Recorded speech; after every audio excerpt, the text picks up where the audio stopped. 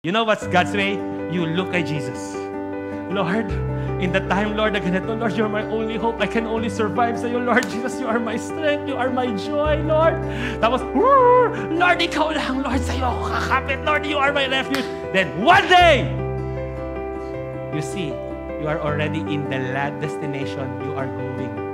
Hallelujah! Magugulat ka na lang. You know, yung pag-i-strain, para saan pa yung pag-i-strain mo pag si Jesus pumasok sa boat mo?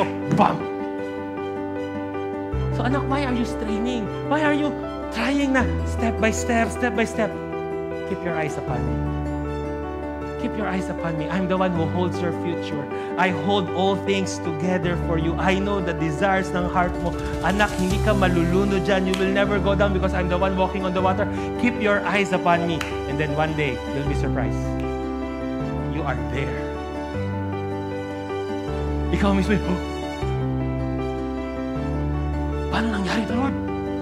The beauty of looking kay Jesus. Looking kay Jesus, is it practical? No, hindi siya practical sa mata ng mundo. But is it powerful? Yes. Church, the Lord is giving a promise. I would like to declare it. As you look to me, you'll experience John. One day, you are there. As you just look to me and take your eyes off. Yun eh. Pwede po ba ang ano natin, hindi pwedeng pagsabayin.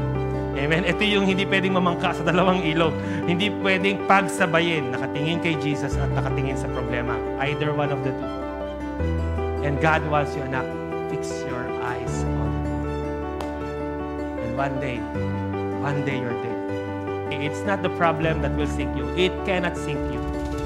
Can I say it right now? It cannot sink you. You are the Son of the Most High. You are the beloved of God. It can never sink you. But what sinks you is when you focus on it. When you fix your eyes on it. And what God wants is, Lord, I just want to see you. Pastor Tim, how do I see Jesus? Amen. Do I imagine Him na holding a scepter, wearing a crown? No, that's not how you see Him. You see Him by declaring who He is sa'yo. If you are in sickness, declare, Lord Jesus, you are my healer.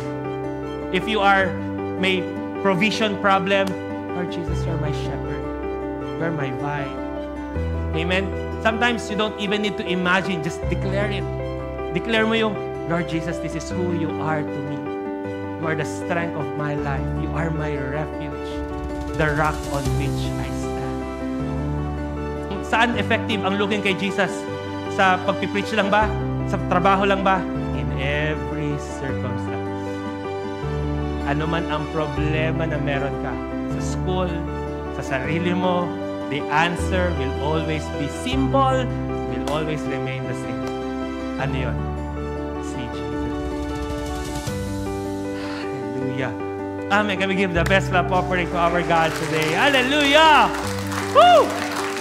Hallelujah!